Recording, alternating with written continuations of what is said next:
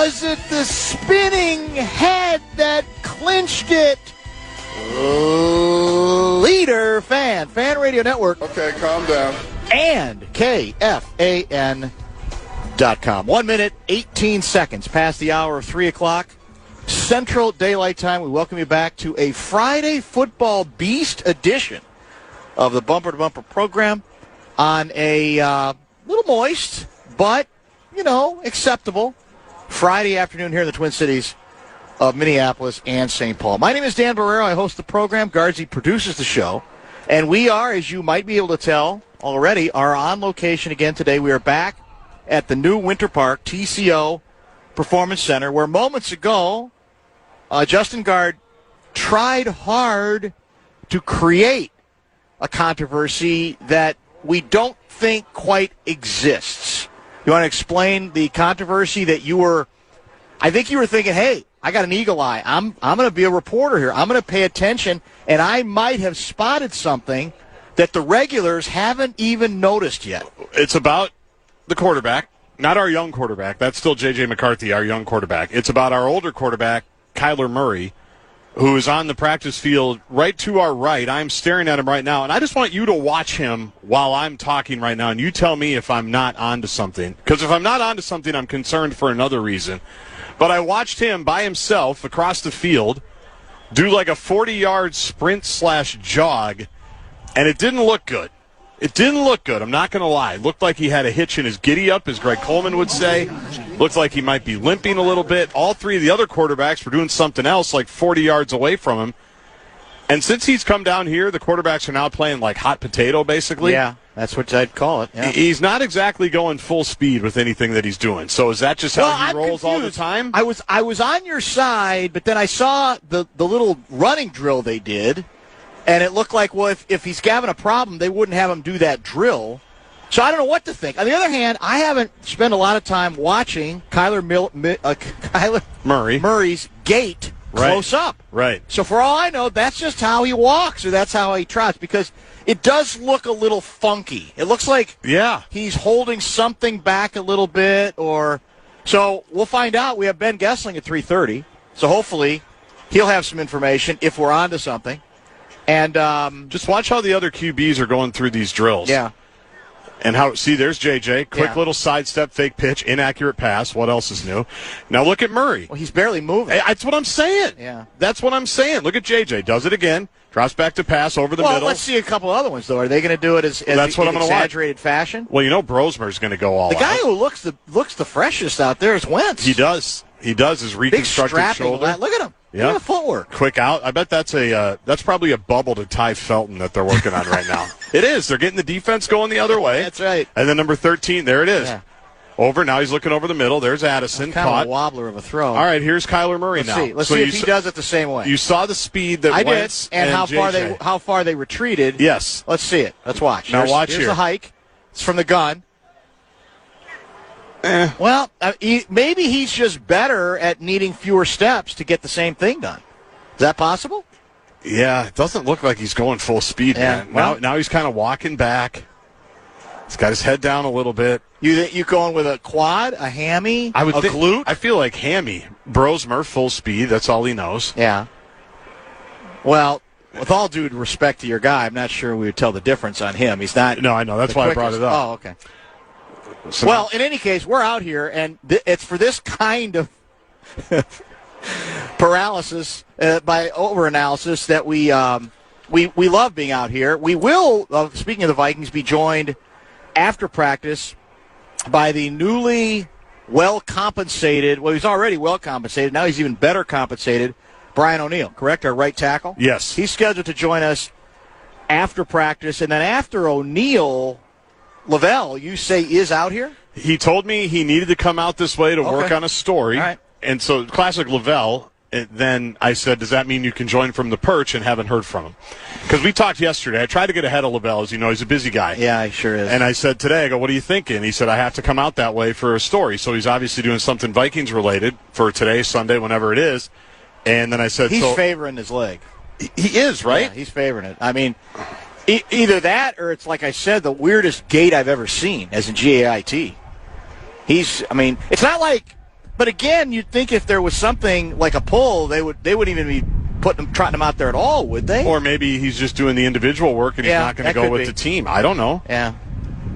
So let's just say we'll monitor that. Yeah, we have to pay attention to it. Again, because we don't know Kyler Murray yet. We don't know how he usually rolls. Because if he's not injured, like I said, I'm kind of annoyed how lazily he was going through the first couple of drills. Yeah. And I get it. It's not that big a deal, but who's taller, Murray or Spud Webb? He's taller than Spud, isn't he? Probably by a couple of inches. There's Seifert. Do you think Seifert even knows? Seifert doesn't even seem interested. Yeah, he's not even paying attention. He's walking this way. He's looking at us like, what with that vacant stare on his face. Like he has no idea what's happening. Yeah. You know who hasn't been at training camp that I've seen so far, and it's not the same without him? Dr. Sheldon Burns. So I hope he's doing well because it doesn't even feel like it should be a sanctioned training camp or practice without that guy. One of our favorites, and I hope all is well with him and he can get back out here as soon as is humanly possible. Team doctor for basically every team at one point or another in the Twin Cities. Yep. Private, practice. Edina Family Physicians for centuries.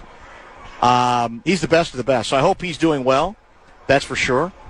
I did mention we are indeed was it the spinning head that clinched it? I'm sure you know all about it. Watch Murray run now. They're sprinting down to the end to the other deal. Well, the other guys weren't sprinting. They're ahead of him. Well, they're 15 yards ahead of him. They're not in a horse race. You telling me Kyler Murray, that's how he runs? I don't know. No, I don't think he's looking like it's a proper run, but let's see. He's getting the ball out. Oh, God, McCarthy just overthrew JJ on the right side. Against air. Yeah. That's a good throw. That was a nice throw. That's a good throw by JJ. Yeah. Anyway, the big news, which I'm sure I'm sure you've known it you probably knew it before it was announced. No, I know what you're talking about. It's funny. Go ahead. But Goldie Gopher, ladies and gentlemen, Goldie Gopher has made, and I'm not making it up, the Mascot Hall of Fame. He is part of the Mascot Hall of Fame class of 2026. Just like the Pro Football Hall of Fame, they have a class. Each year they have a class. They do. And Goldie, ladies and gentlemen, it's a 5-member class, by the way. So He is one of the 5 members of the class. And first of all, I'm shocked. I didn't know there was a Mascot Hall of Fame. That's surprise number one. Yep. Surprise. Secondly, I would have just assumed he'd already be in it. Well, disappointing that he wasn't. How is Goldie when did it Gopher start? That's what I want to know. How long have they been doing the Mascot Hall of Fame? Well, here's the kicker. I don't know how long they've been doing it, but they apparently had a physical museum, an actual museum for the Mascot Hall of Fame. Did you see where it was based? The Mascot Hall of Fame? The Mascot Hall of Fame. There's no way to guess it. I'm going to guess it's like Memphis, Tennessee or someplace. Whiting, Indiana, near Gary. Yeah. Northwest Indiana. That makes no sense. sense. Absolutely. I want that backstory. Now, maybe it's because the people who... It was founded by 2 guys named David Raymond and Christopher Bruce in 2005. Bruce remains the curator, according to a StarTribune.com story. And they had a museum between, it opened in 2018, but unfortunately, probably not enough money, closed in June 2024. We would have been glad to try to raise some money for them. Do a GoFundMe. Mascot Hall of Fame Museum? How good would that be? In Whiting, Indiana. Well, that was their mistake. It should have been in Indy. If you're going to go Indiana, you do it in Indy, or maybe it's too expensive. There wasn't enough room there. Goldie's classmates, 2 other college mascots, South Carolina's Cocky, yep, and Brigham Young's Cosmo. Okay. Are you familiar with Cosmo? I don't know Cosmo.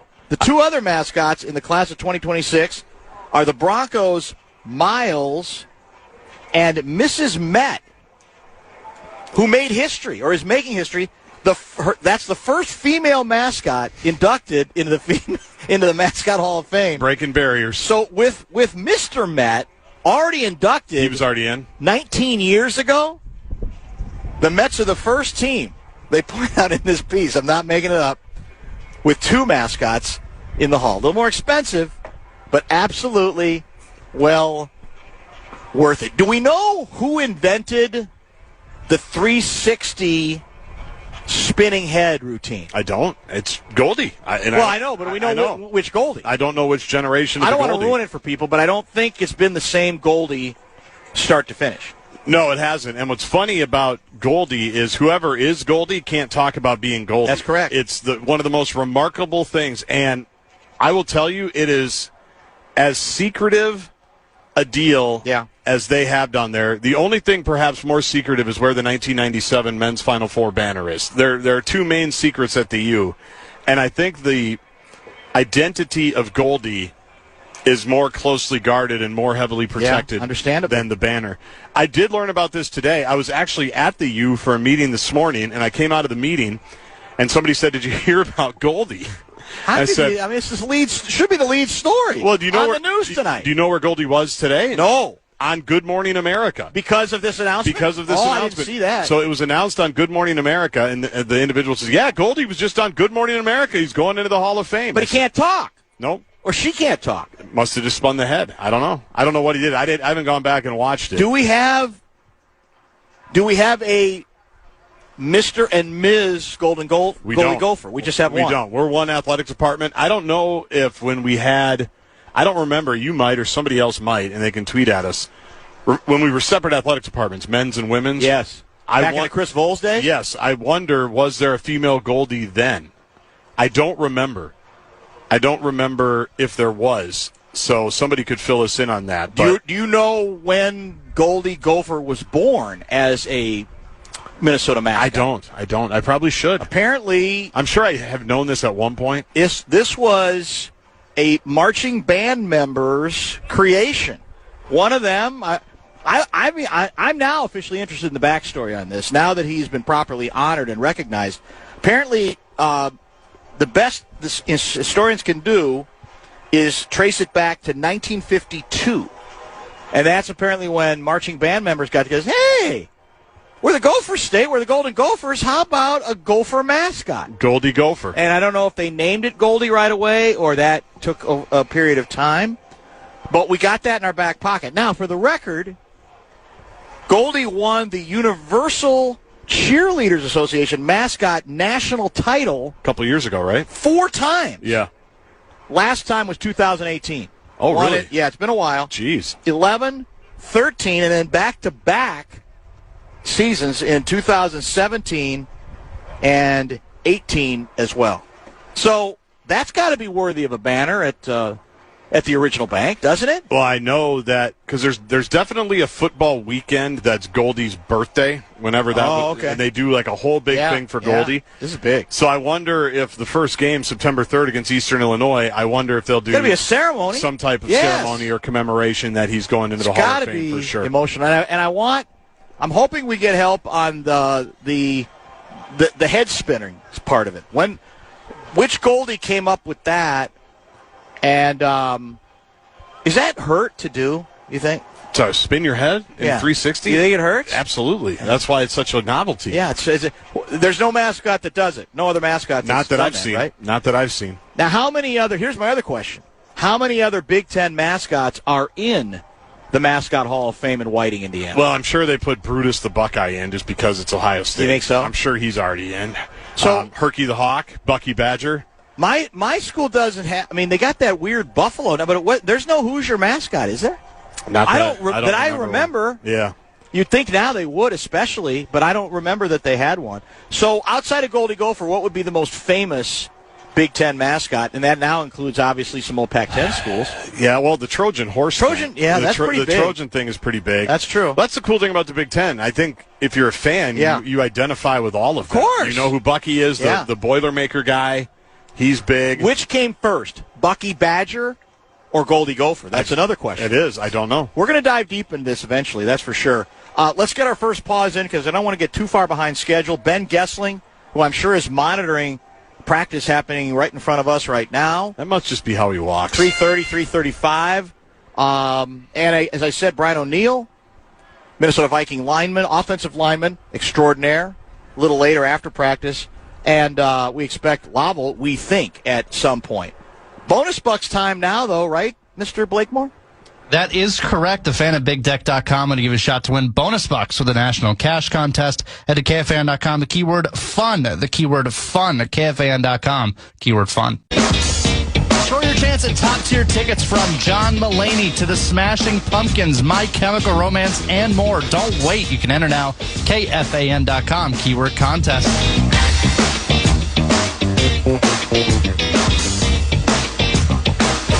Garza, can you give me actually a little more of myself? I know that sounds egotistical. There you go. Nicely done. Dan, Minnesota does raise a decent question. So which Goldie Gopher was inducted? Was it angry Goldie Gopher or allegedly more approachable Goldie Gopher? Well, we did switch it. We switched it, right? In the 90s, angry or I less think. angry? So is this one supposed to be less angry or more angrier? I think less angry. This one is? I think so. Okay. He can correct So, us. it's interesting because with the Wolves, they've gone the opposite direction on their logo, right? It was once upon a time considered too friendly and too warm of a wolf, right? Not vicious enough. Yep. And then we tried to vicious it up, and now are we back? I can't remember where we are in the wolf. That's different from Crunch. Now it's just howling at the moon, really. You know, yeah, that's true. The last couple variations have been more about the whole scene of the wolf, not just the wolf face. But you're right. Is Crunch? Are there any other Minnesota sports team related mascots? Is Victor Viking in the Mascot Hall of Fame, for example? I don't know. That's a question. Is this historic? Brett's going to have to use a computer and get it going. Yeah, so I don't see Crunch. Okay.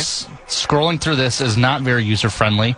I do see Bucky in there. Whiting, as well. Indiana. Whiting, Indiana. Give them a break, Yeah, man. exactly. They're trying. They probably just got broadband. I believe that's the first Minnesota mascot from my quick check into the Hall of Fame. Can you tell? Do they have a place where they list how many mascots have already been inducted before this class, or is it hard? Is there not a number of them? There's not enough. It's 3 pages of it, so for a whole alphabet. So not a lot. Not a whole 3 lot. pages. Huh. Here's the problem with the Mascot Hall of Fame. Well, there's many of them. But at some point, part of the reason why the baseball, football, basketball, hockey halls of fame can sustain themselves is you get new players every year. Yes. Right? Yes. Well, here's what you do. That's why you slow cook it. In fact, I'm surprised that they allow a class as big as 5. That's what I mean. It's almost like you got to do maybe 1 a year. Right. So you don't run out. On the other hand, there's more mascots than you think. If you include That's true. colleges, pros, etc. Like, is the Minnetonka Skipper going to be in the class of 2040, or the Edina Hornet, the Wayzata Trojan? That's a good question. Are there any high school mascots in the Mascot Hall of Fame? That's the next side project for Brett Blakemore. That's a great question. At some point, you run out. Yeah. I guess you could technically go in perpetuity because you just named literally every single school, college, pro, high school, all of it. Yeah. Looks like we're going a little live here. Kyler Murray in the pocket, sees nothing, scrambles left, still scrambling. Now he's going to take off and run. No, fires across his body, and it's caught. Ty Felton, gain of 7. His feet did not look like he was in any pain there. He ran well. Maybe I think we started a brush fire needlessly. Oh. You did. And then I went with it. You have your own eyes, though. Well, I do. You saw what I saw. Then he was just playing possum. He was just warming up. That just must be his gait. Yeah. Because on that roll to the left, he did not look like there was any hitch in the giddy-up. Did you think? I don't know. But, again, I haven't seen him play that much. Well, he moved quickly. Blakemore's calling it Gate, by the way. Gate? Yeah, it's Gate. Yeah, that's as good a name as... Oh, we're actually doing a punt. Yeah, and it's Johnny Hecker. Huh. Fair catch called by Miles Price. Interesting. Not much net there on that punt. No. He punted it from like the 50, and it was caught at the 20. Yeah, you're supposed to get it inside the 20. I thought so. Now it's JJ's turn. All right, let's see. Yeah, JJ, the part we were watching during that last break, couple nice throws, but then a few not so good. Jefferson had a couple of great catches. Yeah. Like he is, they got to find that dude a quarterback, man. Pretty soon? Yes. Otherwise, they're going to be obligated to trade him. I think so. I hate to think of it that way. Who we got? Is this JJ? Yeah, it is. Yeah, JJ. And it looks From like the gun. The second team defense. Let's see. You can call it if you want. Well, yeah, you're the play-by-play There's guy. two receivers, both right and left. Now one of them's going in motion left to right. JJ looking right the whole way, not looking off anybody. Throws it right. It's caught on the sideline. Oh, and they'll complete. say complete the catch. In. Miles Price must have caught both feet there. Decent throw then. You got it in where he had a chance to make a catch. He did. I don't know if it gained any yards. I don't know how far downfield it was. We're off kind of to the side. You don't have to nitpick like that. I'm just saying.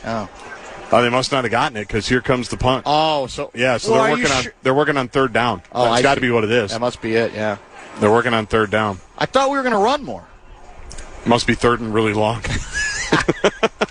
That's basically what O'Connell they tried said running on first and second. He now said, they're you want third. me to run more, but if it's 3rd and 8, I can't run. They ran on first and second. Now it's 3rd and 9. Yeah. They didn't pick up any positive yardage. That's a field goal try here. Oh, this is deep. Yeah, you're right. Sure guy. That's right. We don't even have another kicker in camp, do we? Who beats Will Riker?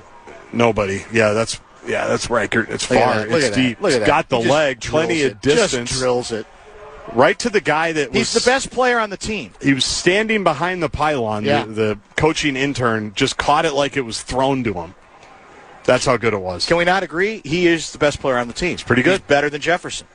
I mean, that might be a stretch, but I see where you're going. I'm just saying. Yeah. I mean, if you were Jefferson's more dependent, obviously, on somebody else than Reichert is. I'll grant you that. If you were going to start your franchise today, would you rather have JJ or Will Reichert? Is that your question? Kicking's too important. I'm taking Reichert. I can find another good wide receiver. How many times have we had a kicker that we feel like regular? Well, I was going to say postseason. We haven't really can't do that postseason, right, or very much. All right, here's Kyler. Bad snap. He gathers it. Now it's a step up. All kinds of pressure. Throws on the run, and it's caught right over the middle by one of the tight ends. Nifty little play. T.J. Hawkinson, That's Hawkinson, it looks like. Who, according to Lori Fisher, has cut all his hair off. Which is why it took me a second to figure out who it was. Yeah.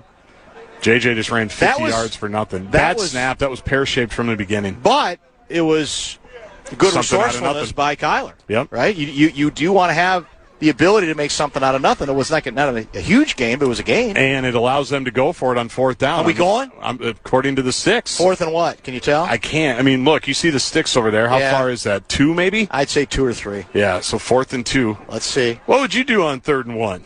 Chuck Foreman on Monday. They call 22 lead with me blocking. And again, are we doing everything from the gun now? Well, Kyler's got a C, and he has the snap. Now looks left, fires to the left, caught by JJ. Inbounds, falls to the ground, and that's a Minnesota Vikings first down. Fresh 4. Yeah, that's not even. That's almost too easy. He made that look easy. If you're like in some sports, well, in chess. When you're beaten, do you do the old thing where you kind of like take your own king and knock it over? Yeah, that's you what think you do. JJ might do that at some point? Well, let's find out. It's his turn right now. See if he can answer a little good stretch by Kyler. Yeah, it's your call. Yeah, McCarthy, he's back in the gun. That's what they're working on. One receiver. Left to right motion. McCarthy takes the snap. Again, looking right. Now all kinds of pressure. That's a sack for sure. Just eaten alive. The second offensive line. Nowhere to go. JJ couldn't process fast enough, and the Vikings are punting. That's not fair. Maybe it wasn't his fault. I know. I'm doing what the beat guys are doing. I'm fixing it. There's Victor the Viking. Should we taunt him about not being in the Mascot Hall of Fame? Well, it looks like he just found out. Hey, Victor, you're not in the Hall of Fame. Ha ha. Goldie is. Well, is Wentz going to get any run? Ragnar's not either, Ben Goessling. Yeah, well, I don't know. I don't think so. Oh, is Ragnar in? I don't know. Can you find Ragnar Blakemore? Is he already in? So here's Johnny Hecker punting again. Another punt. Dante Fleming back deep for the fourth teamers. How long is this play clock? My God, let's go. How long are we going to milk it? That's a good kick. Hecker angles it left. Oh, Fleming, no, too far. Fleming tried to mess with them. Yeah, not a good coffin corner and kick. It's a touchback, so our punters have not had a great day. That's not good at all. All right, let's do this. We got Goessling waiting. We'll get a quick pause in now, and we'll check in with Ben Goessling, Star Tribune, and StarTribune.com. We'll get maybe some word from him on whether he's noticed anything funky about Kyler Murray's gait, as in G-A-I-T. And we'll talk some other Vikings, National Football League stuff. Maybe he's a Gopher guy. He might be just thrilled about the Goldie Gopher News making the, we think, first Minnesota mascot. at any level to make the official mascot Hall of Fame, apparently located in Whiting, Indiana. You can't make that. Who knew? That's my favorite part. I've been to Whiting, and there's not a lot going on in Whiting, Indiana. There's McCarthy again, just swallowed up by the rush, throws a pass to the right. It's short. Not good. That'll be fourth down. Back in just a minute here in the Fan.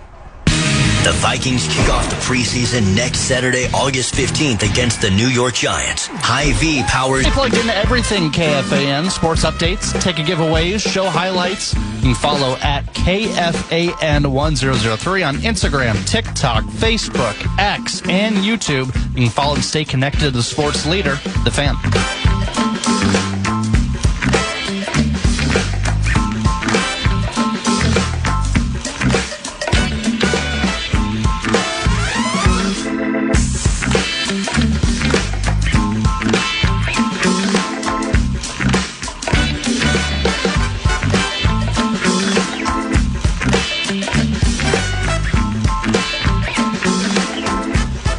Record, and our next guest will get a kick out of this based on the yarn he just spun off air.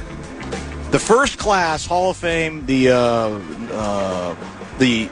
guess in the history of the mascot Hall of Fame, the first class was inducted in 2005. 3 members.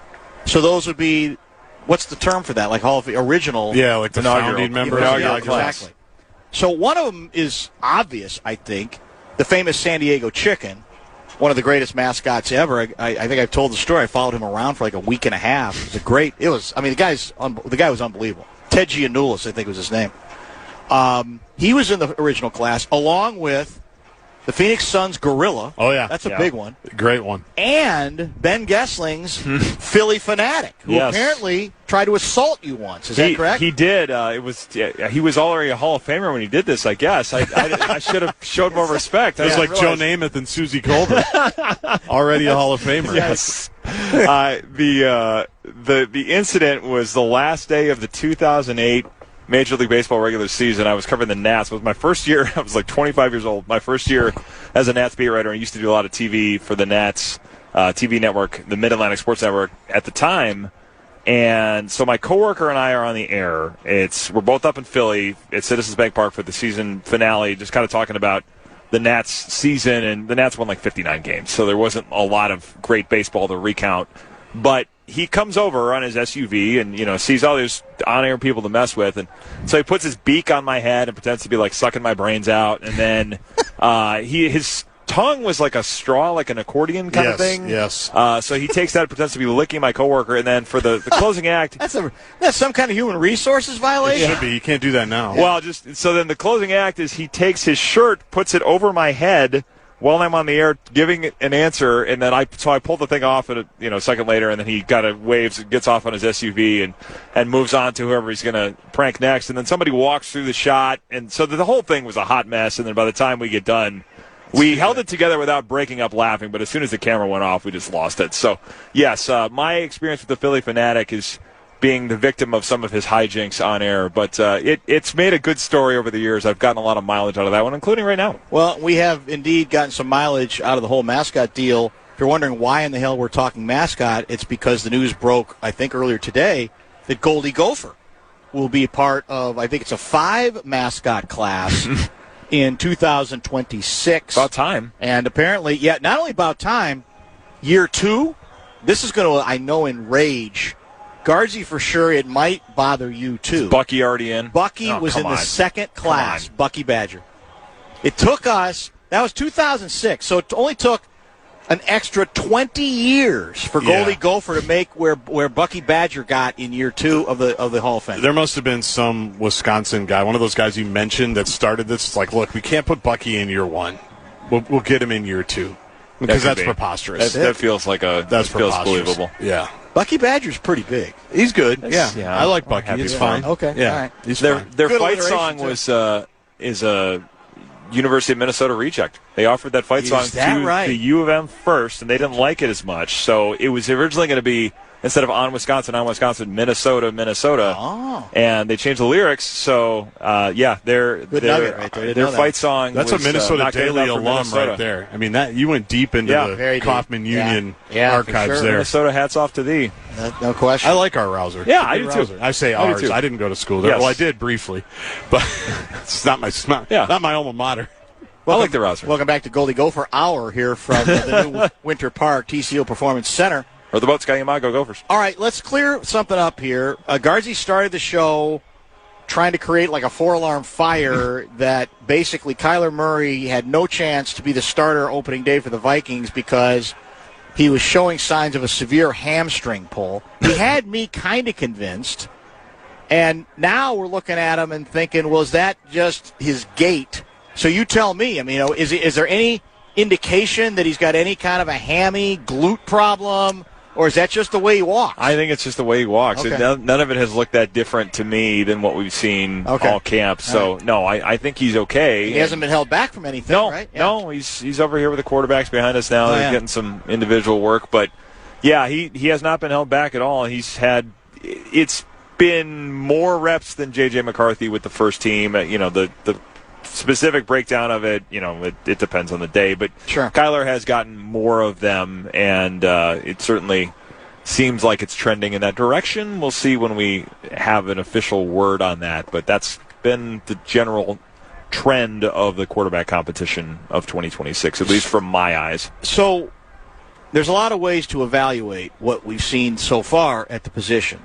Is it Kyler has looked good, not great, but that unfortunately for JJ, he's looked like he tends to look, which is one really nice throw with good zip, right in the right spot, and then maybe a couple where he's late on it or he can't complete it against air. That's sort of that's how it's evolving early? Yeah, I mean, I would say Kyler has had some days where he's looked really good. Mm-hmm. There's been two in particular that, both I think before the off day, that he's looked really good and sharp, decisive, able to throw downfield. A lot of the things that you want to see, the vertical element of this passing game has come back a little more than we saw it last year, and that's something they missed. They want to be able to push the ball downfield, and we've seen more of that from him than we have from McCarthy at this point. He's had some throws, and we've seen a couple today where the timing has not been there, and you can see he's still learning a lot of it. But I think with McCarthy, in practices, it's been trying to probably take a little bit more of the shorter stuff, the easy money, and I think that's something they want to see him do, because there were times last year where they felt like, okay, there's a completion to be had here, and maybe there's a conversion to get out of it, especially if it's third and short or something like that, and he's not making those throws. So I think some of it is wanting to see the consistency that they still need to get from their starting quarterback enough to say we can count on this guy all year. Because you heard O'Connell talk about this baseline level of quarterback play, that if he's healthy, and I think he mentioned it with you guys, if the quarterback's healthy and he's consistent, their track record's been pretty good in the regular season. So a lot of it with McCarthy is still, is he going to give you that? Yes, yes. So there's some of that, and I think with Kyler it's been probably a little more established at this point. So that's kind of where we've thought it was going to go, and we'll see if things change, but that's where it's kind of stacked up at this point. McCarthy has, I think, a little more to show to force the issue at this point. Ben Goessling covers the Vikings, of course, and the National Football League for the Star Tribune, joins us weekly as well. We are on the Perch, the exclusive KFAN radio Perch, where Brian O'Neill will join us after practice today. We expect a visit from Lavelle, we hope, here. Have you spotted Lavelle here? I have not today. Okay, but Garzi thought he might be here. I have. It doesn't mean he's not. Lavelle could be lurking somewhere, too. Well, he lives like 5 minutes from here. That's a good point. He's got time. Might be showing up late. That's indeed for sure.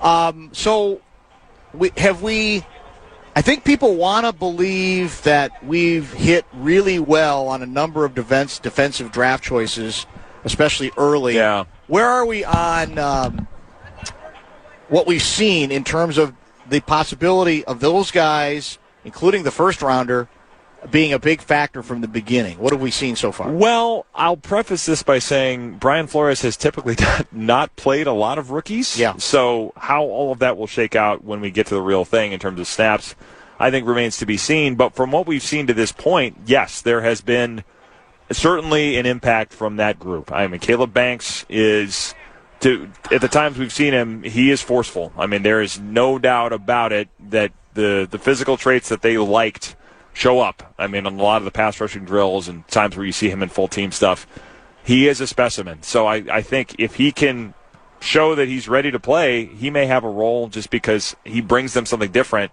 than they've had anywhere else. And then Jake Golday has been really impressive, too. They put him in a number of different spots at linebacker, inside linebacker. I think outside linebacker is a possibility for him as well. And he looks like a guy that can handle a lot of it. He looks like somebody that has the ability to play in a number of different spots, be able to digest a number of different responsibilities. I think they were excited about that when they drafted him, but you've seen that show up here. And then Charles Demings, the corner, has played a lot. He's been in the first team in the slot a number of times, and he is not afraid of getting in a receiver's face before the ball is thrown or after. I think we've seen both of those things happen. He's got a little bit of feistiness to him, and I think they are excited about what he might do. And then, offensively, I think, Damon Claiborne, who I'm writing about for tomorrow, has shown up. And we'll see how that goes. We'll see how many carries he gets, especially when this wide zone running scheme, a lot of it is, can you get the back tracking to the right spot all the time? Can you get the defense to pursue it to the point where you stretch them out and you get cutback lanes off of it?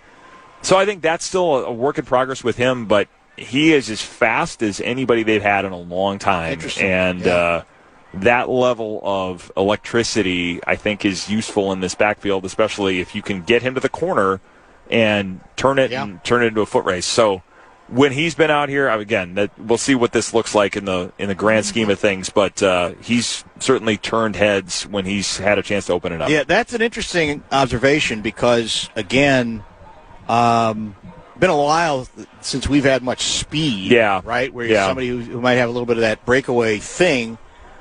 And you got two other running backs who certainly been functional at times, but I don't think you look at them now. We certainly don't look. I don't think at former Packer guy Jones is a guy you go like you did once in the prime of his career. Yeah. You almost think of him as he might be a piece, might be a guy you get some juice out of some games more than others. But it would be nice if you could add a dimension that. Particularly if it goes along with this alleged new scheme, which I love in theory, but I want to see it on the field. I want to see it in games before I'm convinced that we've necessarily changed everything. Yeah, which is fair, because I think that's been an annual vigil of, is this the year that the running game looks different? The thing with this that's interesting on the speed front is a lot of this comes from Miami. And when the Dolphins built that offense, especially that running game that I think was second in the league back in 2023 when Frank Smith was there with Mike McDaniel, some of it was the offensive line, but they had a group of sprinters on that offense, whether the running backs or the wide receivers. Devon Achane, Raheem Mostert, those guys are 4.3, like mid 4.3s in the 40, and Damon Claiborne I think was 4.37, like got up to speed through 20 yards faster than any running back has in the last 4 years. So a lot of it with him is, are you getting to the right spot? Can you stretch things out without getting overly eager and saying, I see a hole, I'm going to take it now? It's Aaron Jones, I talked with him the other day, and he said a lot of their discussions are about how to do that, the nuances of a particular play, how you need to approach it in terms of the track you take to get off the tight end's hip and move from there. But if he figures that out and can get spots where he's clean through, he's going to be hard to catch. I mean, he's one of those types that, Aaron Jones earlier in his career. Is he big enough? He's like 5'10", 5'11", so similar build to Jones, probably a little lighter than that, and he may need to put on some weight in the NFL. But, a guy that probably is not going to get caught from behind very often, and they have not had a home run hitter like that in quite a while. In terms of a running back, Adrian probably is the last. Dalvin Cook had some of that, but this has looked different to me when he gets downfield than anybody I've seen in a long time. What's been your early impressions? I mentioned O'Neal coming up after practice today.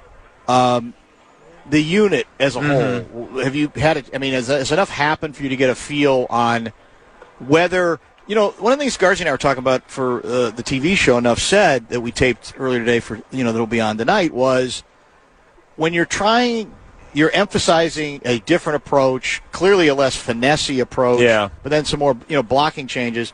It's back to, are all linemen the same, where if you work on it enough, you can go to a different system, or does the system have to be directly related to the players that you have there? In other words, is this a line that has people who are capable of doing what O'Connell, his new offensive line coach, and others envision?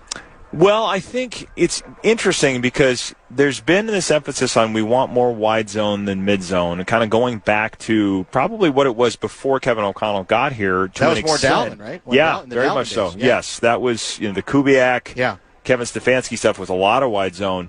So that is a little different, and you think about those things sometimes as linemen moving laterally and having to have the footwork and be a little more nimble, but what they're talking about, they're not running just wide zone either. I mean, they'll have a lot of the things that they've done, more of the downhill runs, some of the mid-zone stuff that they've had in the past, but one of the things you hear them emphasizing is not so much just the mobility. It's we want people that can get up in a lineman's face and push the line of scrimmage back a yard or two.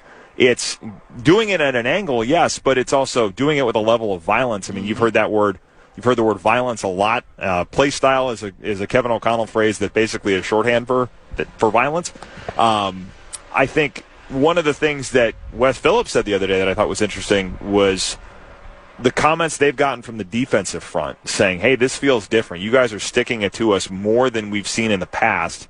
And they're getting worked a lot harder. I mean, there's a lot of days where they're running wind sprints after practice, and just the offensive line drills in general are more aggressive than we've seen it in the past. So if all of that plays out, and you have guys, whether it's Christian Darrisaw, Blake Brandel is a bigger center, Will Fry certainly has quite a bit of size, Donovan Jackson, not quite as much of that, but you have linemen who can make an impression, and then you have people like Brian O'Neill who is big enough but also has pretty good footwork. So I think they want to be a group that's a little more physical than it's been, and if you compare that with some of these things all working in concert together, they're hopeful that some of what you've seen the Dolphins do with a lot of success, at least early in the Mike McDaniel tenure in terms of running the ball, can be transferred here. Ben Goessling, as I mentioned, covers the Vikings for the Star-Tribune. He is with us at our exclusive KFAN radio perch overlooking the Vikings' beautiful practice and large, assorted, versatile practice fields. We will chat with Brian O'Neill of the offensive line, as I mentioned, after the practice at some point for sure. I would assume on receivers, Justin Jefferson always looks ready if the ball gets to him. Yeah. Beyond that, how have our receivers fared thus far? Well, we haven't seen Jordan Addison in a couple days because of the hand thing. It sounds like maybe by the end of the weekend we could see him again. But Ty Felton has been the one that's caught my eye, and we'll see if that translates to the regular season. But whether it's been, I mean, everybody saw, I think, the one-handed catch that got on the highlights a few days ago, went up and caught a pass from Kyler Murray in the back of the end zone and took a hit, hung out of the ball, was able to make the catch. He had another one of those, I think, the next day that got called back because he bobbled it, but he's made a number of acrobatic catches. I caught one downfield from Kyler Murray the other day. So a guy that I think will be a factor in this offense. He certainly is. He looks a little bigger. Looks like, you see that a lot with guys in their second year when they're not getting ready for the combine. They have time to be in the weight room. So it looks like he's got a little bit bigger frame that way. And then it's one of the questions with him, in addition to the size of his frame, has been his hands. And had a couple drops early, but whether the one-handed grabs or the catches in traffic, he's been more dependable there. And I think that's an interesting one to watch because you see what Zay Flowers got paid the other day. Jordan Addison probably is not getting that kind of a contract here because the market has gone up, and that probably means he's making as much or more than Justin Jefferson, and you're just not going to do that. No. So you're going to need receivers that can contribute and do so relatively cheaply. So Ty Felton with 3 years left on a rookie deal, I think is worth watching. Jayshon Jones, I think they've been more excited about. That's a guy that probably is more at the bottom of that depth chart, but could work his way into a role because, you don't have Jalen Naylor. they need a little bit of depth at the end of that group. So he would be one. Dante Fleming's had some moments here as well. But Felton's really been the one that's caught my eye to this point, and I think will be worth watching in the preseason. What about Jennings? Jennings is he adds a different dimension to this, and he's getting a lot of reps with the ones, and I think will be the third wide receiver in those sets. But the thing that they brought him in for, it's certainly being able to catch the ball and make things happen when he has the ball in his hands, but the physicality as a blocker, I think, is something we've talked about it. They're excited about, and I think they're going to use it because a lot of what they're doing is a little more 49ers-esque in terms of the way they want to run the ball. So I think he's going to be in a lot of those sets pretty consistently and probably will make his presence felt that way. And then you'll have chances to catch the ball and make plays there, too. Ty Felton with a drop. Yep. Dropped one there? Jennings, by the way, was in that 3 wide receiver set with the first teamers that included J.J.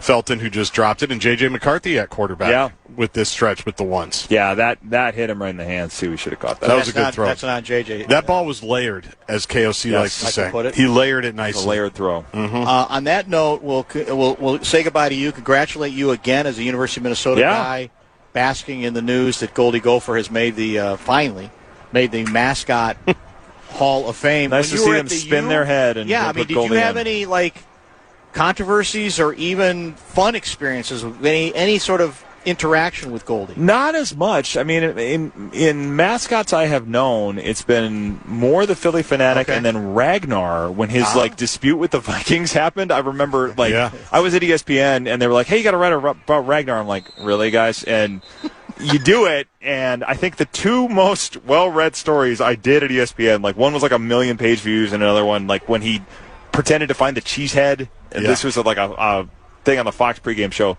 that did 500,000. So it's okay, I guess I have to write about the mascots there. So in terms of my mascot interactions, it's more of those. Not as a professional beat writer, a little less Goldie. I mean, there was probably stuff when I was covering volleyball that he would mess with. Yeah, I think that was sitting courtside when I was covering volleyball. It was my first beat at the Minnesota Daily. There's probably a few, but Ragnar and the Philly Fanatic are the ones that I think of a little more. Good to see you. Good to see you guys, too. As always, we'll chat. We'll basically probably stay with the Friday schedule with Ben through the preseason and the regular season, too. JJ's moving the chains. Is he? Taking the check down. Hawkinson there. Yep. Well, they're finally giving him a chance to play with the ones. It's true. In a way you can fix it if you just have Kyler with the ones and JJ with the twos, can't you? I mean, come on, let's be fair. Is Kyler going in now? Yeah, you can't see him. He's probably demand. Well, I see that. Well, no, you don't have to. Look, where's the quarterback? I know, but right you now? don't have to stir it up. We know what you're doing. No, it's not like you covering the news. Kyler's with the twos. So this is so it's Kyler's turn now. All right, let's see. I'll let you call the play-by-play. Kyler. I think that's Kyler. Yeah, Kyler. They're going under center again. They've been going under center. Calls a check at the line. Sees one of B-Flow's exotic blitz packages to see if he gets him into the right protection. It looks like it's going to be a handoff left. It is around the left corner.